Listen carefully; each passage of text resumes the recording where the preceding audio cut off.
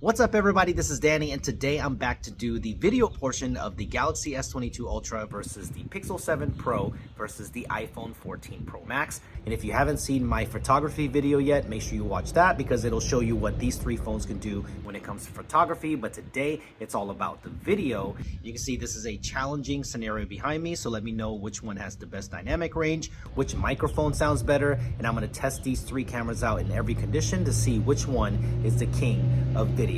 Let's go ahead and do it.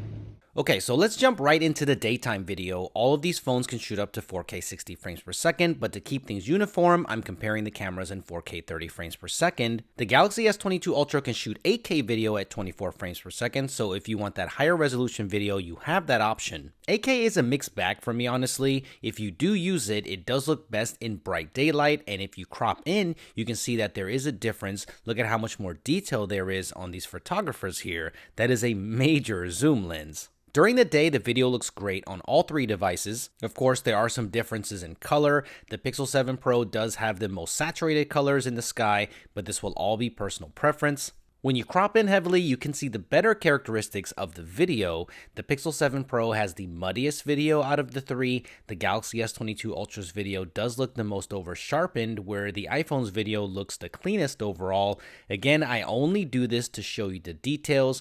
Most people will be looking at the video like this, so it's harder to tell the difference, especially if you're just sharing it over social media. So here's another scenario so you can see that the Pixel 7 Pro does look quite different compared to the Apple and Samsung. The iPhone and Galaxy look similar to each other. All three phones can shoot 4K HDR video, but this is the reason why I don't use them to compare, because when you take it off the phone, the video looks like this. So you will have to convert this video, and if you're into video and know what I'm talking about, here's what the footage looks like after converting it back to Rec 709 colors. The S22 Ultra with HDR10 Plus has the flattest profile, and the Pixel 7 Pro has very bright highlight details for you to work with, and the iPhone 14 Pro Max gives you a great natural base.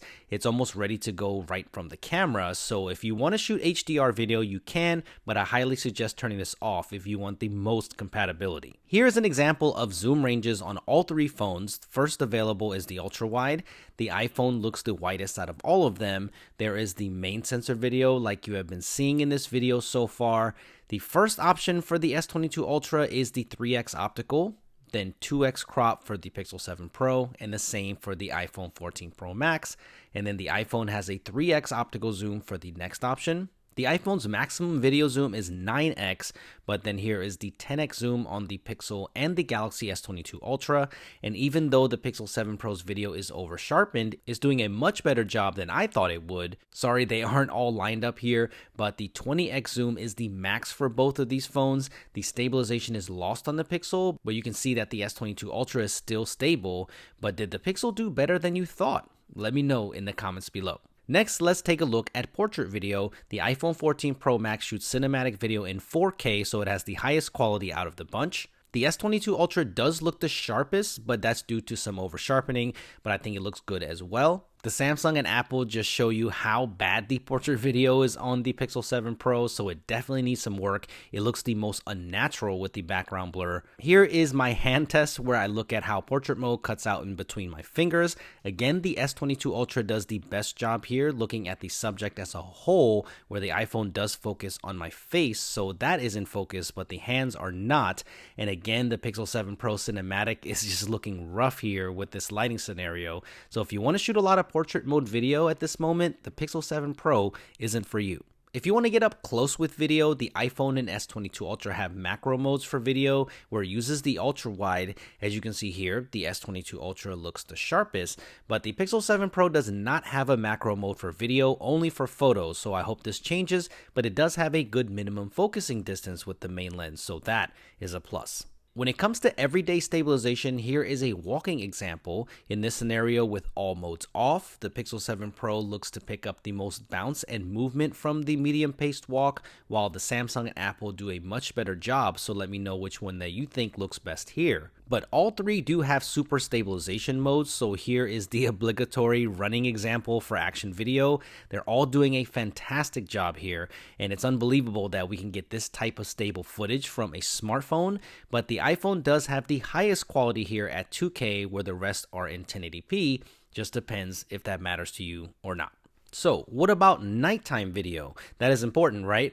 Well, it might not be a big surprise to you, but the iPhone 14 Pro Max still remains the best video on a smartphone so far. This scenario is interesting because it has a lot going on. There's a spotlight on the guitarist, so that harsh light is being handled the worst by the Pixel 7 Pro. With this crop, you can see that the iPhone having the cleanest video with the least amount of artifacting, and you can see that noise all through the Galaxy S22 Ultra's video. If you look at the sky, you can just see how clean the noise reduction is on the iPhone, and the Pixel 7 Pro isn't doing a bad job, but look at the artifacting, you can see it, so it definitely needs work, and the S22 Ultra just has so much noise. It has been like this for far too long with Samsung, so I hope to see this improved on the S23 series. Here is another scene where you can clearly see that the iPhone has the highest dynamic range at night with the stairwell. This is quite impressive. The S22 Ultra comes in second here, but the Pixel really needs work. Here is a moving video test just to show you how these cameras keep up with frame drops during really dark scenarios.